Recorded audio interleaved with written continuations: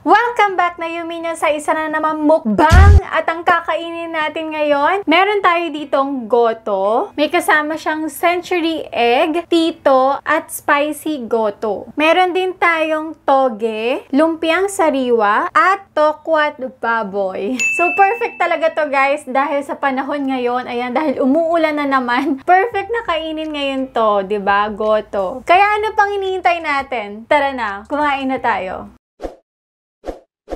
Hello!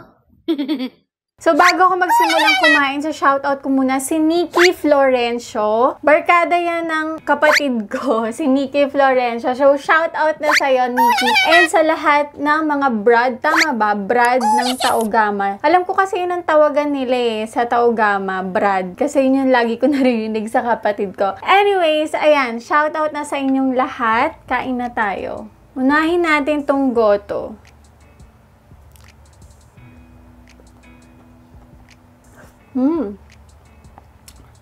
By the way, itong goto na to guys, binili ko siya sa Lugawan Republic, pati itong toge and lumpia. Gusto ko kasi sa Lugawan Republic tong ano nila, goto hell. Yun yung tawag sa kanila, goto hell. Kasi maanghang siya, spicy talaga siya. Lagyan natin ng ano, tito.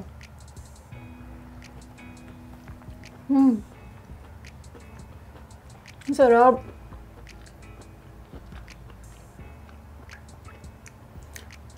Ang sarap din ito, yung ano nila, spicy goto.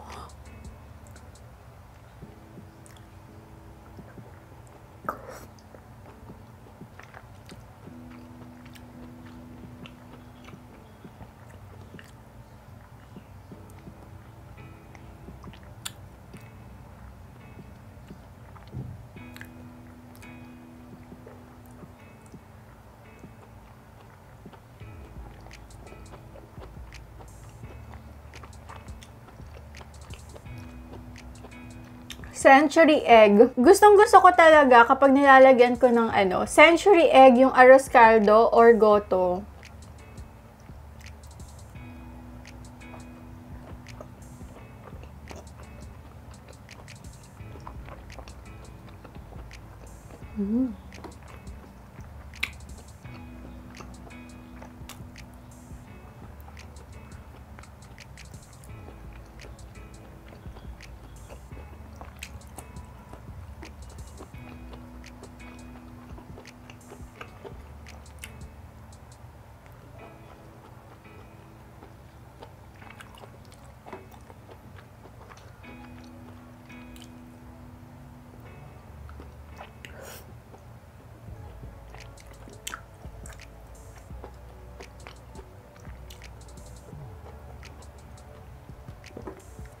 Sarap.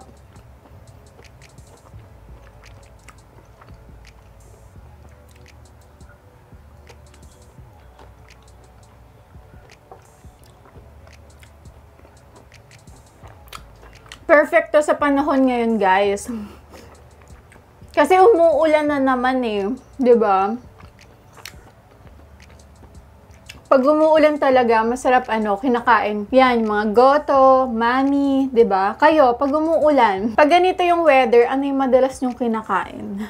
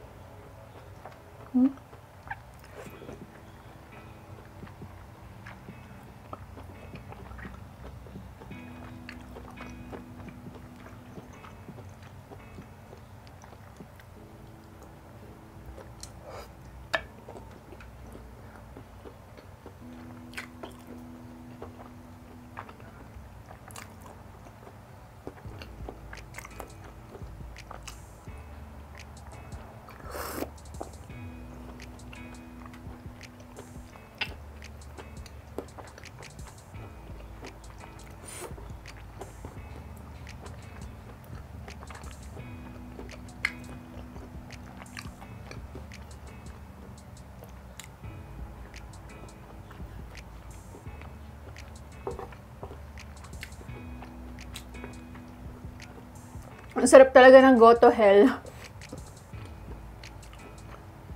May mga ano pa siya, buo-buong sili.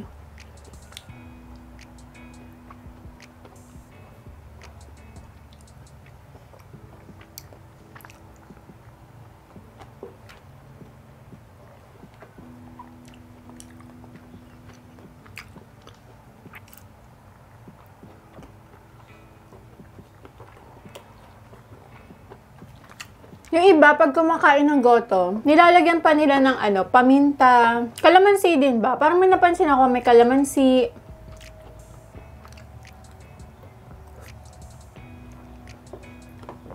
Ako minsan nilalagyan ko lang ng paminta. Pero ito naman kasi spicy na siya. So, hindi ko na kailangan siya nagdagan pa ng paminta.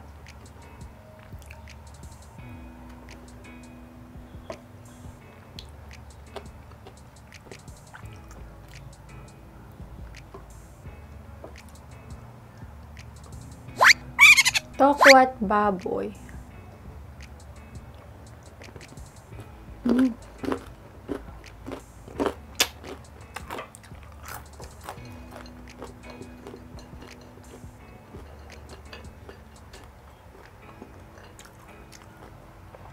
Pampayuric. Di ba? Bawal to sa mga may uric. Tokwa.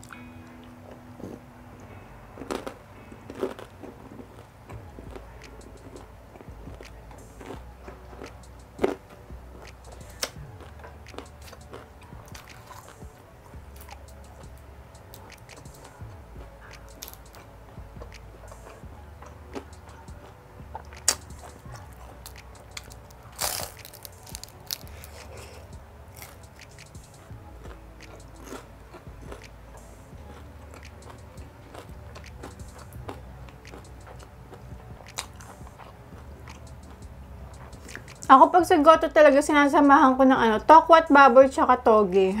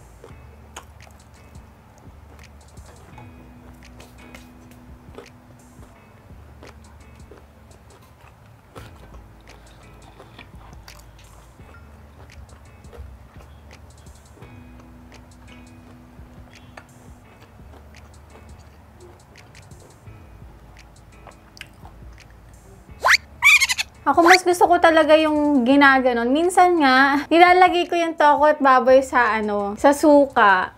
Nilulublob ko talaga siya. Kayo ba ganun din? Nilulublob nyo yung Tokwa'T baboy sa suka?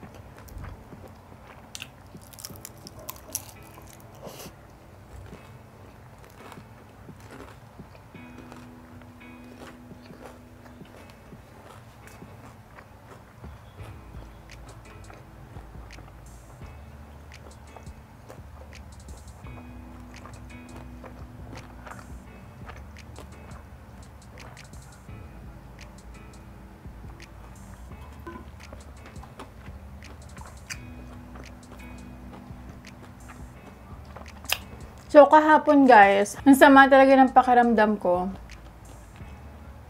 So, halos hindi talaga ako makakain kahapon. Ganun kasi ako eh. Para kung ano nilalagnat kahapon, hindi naman sobrang taas ng temperature ko. Medyo mainit lang ako. Tapos ang bigat ng katawan ko. Tapos hindi ako kumain talaga. Parang gabi na lang ako kumain. Nag-live kasi ako kagabi din dito sa Bigo. Actually, naka-live ako ngayon sa Bigo. Saglit lang ako nag-live. Doon lang ako kumain. Kumain lang ako ng bibingka. Ano pa ba? Ito, kumain rin ako ng Tokwa'T Baboy tsaka konting lugaw kasi nga sama ng pakiramdam ko. And ngayon talaga kumain talaga ako. Kasi bumaba yung timbang ko. O diba, isang araw pa lang na hindi ako kumain ng maayos. Bumaba na yung timbang ko. Parang 2 pounds yung nawala sa akin. Tsaka kailangan ko rin talagang kumain para bumalik yung lakas ng katawan ko. Dahil nga diba nagpapa-breastfeed ako. So, kailangan ko talagang kumain.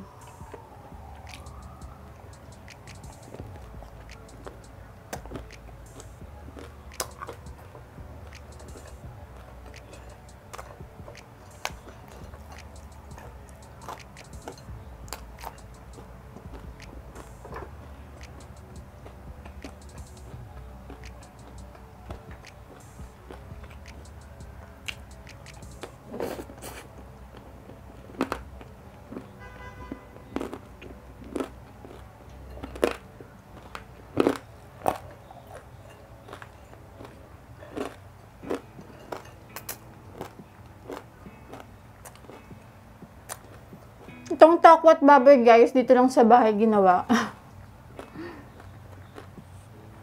Tapos kung makikita niyo yung baboy na ginamit ko, ito yung natirang samgyeopsal sa akin, tapos pinrito na lang namin. Tapos hiniwa-hiwa namin ng maliliit. Kaya gano'n, nagmukha siyang bacon. Nagmukha siyang ano, diba, crunchy bacon.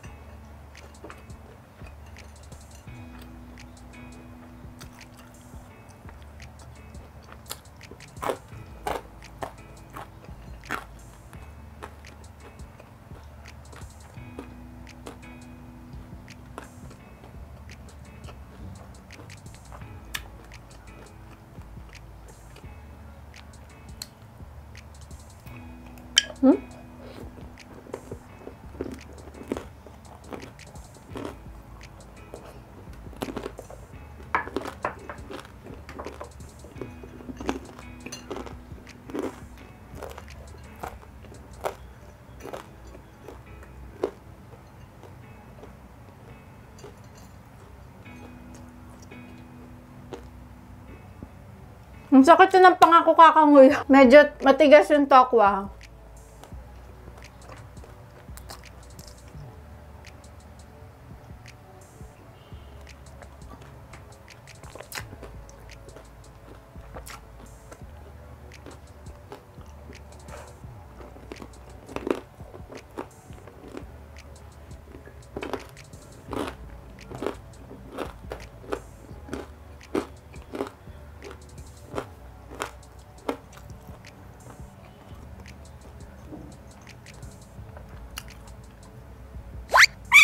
Lagyan ko ng sriracha yung ano, toge.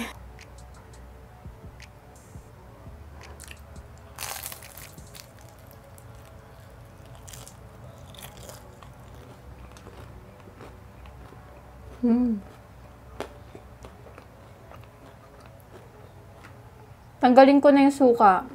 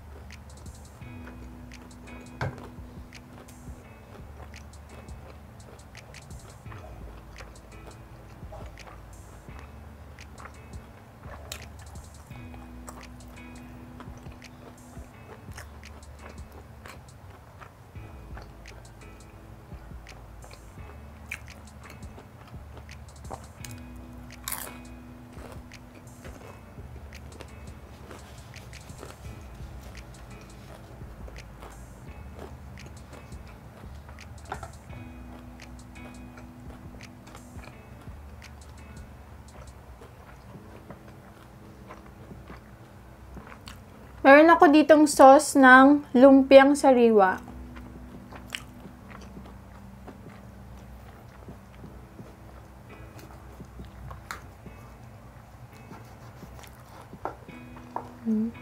Ako mas gusto ko yung ganitong lumpia pag ganitong balot kaysa dun sa lumpia wrapper talaga. Pero gusto ko yung Chinese lumpia. Yung meron pang parang may crunchy pa sa loob.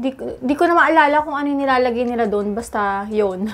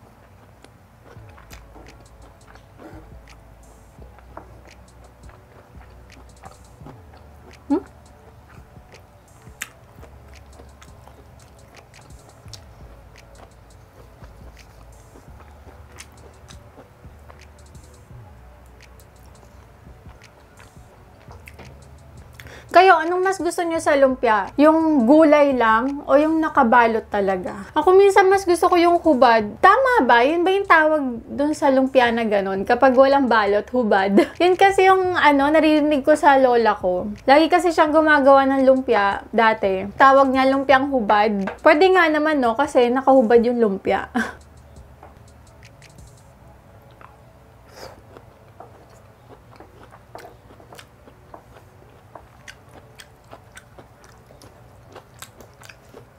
Medyo makapal yung pambalot nito, yung crepe niya. Yung iba kasing natitikman ko na ganito, medyo manipis pa.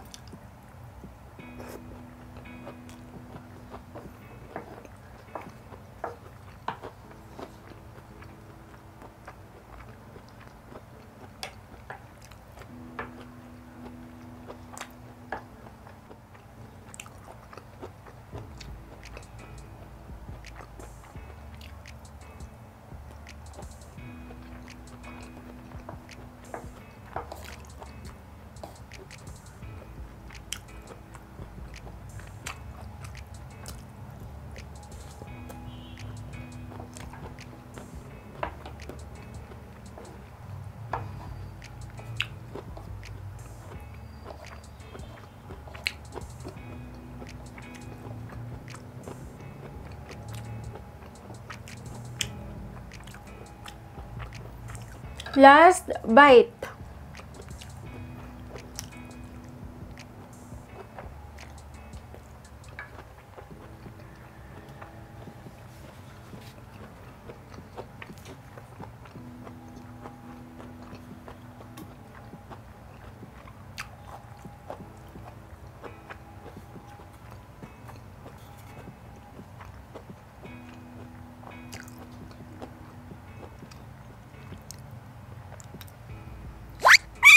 So, ayan guys, tapos na akong magmukbang and ang sarap talaga no, pag ganitong weather, kumain ka ng lugaw or scaldo, goto, kung ano man ang tawag nyo dyan sa pagkain na ganito. And lalo na pag sinamahan mo ng toge at Tokwa'T baboy. Kayo, ano yung madalas na sinasama nyo pag kumakain kayo ng goto din? Comment nyo sa baba. So, thanks guys again for watching. I'll see you again. Bye!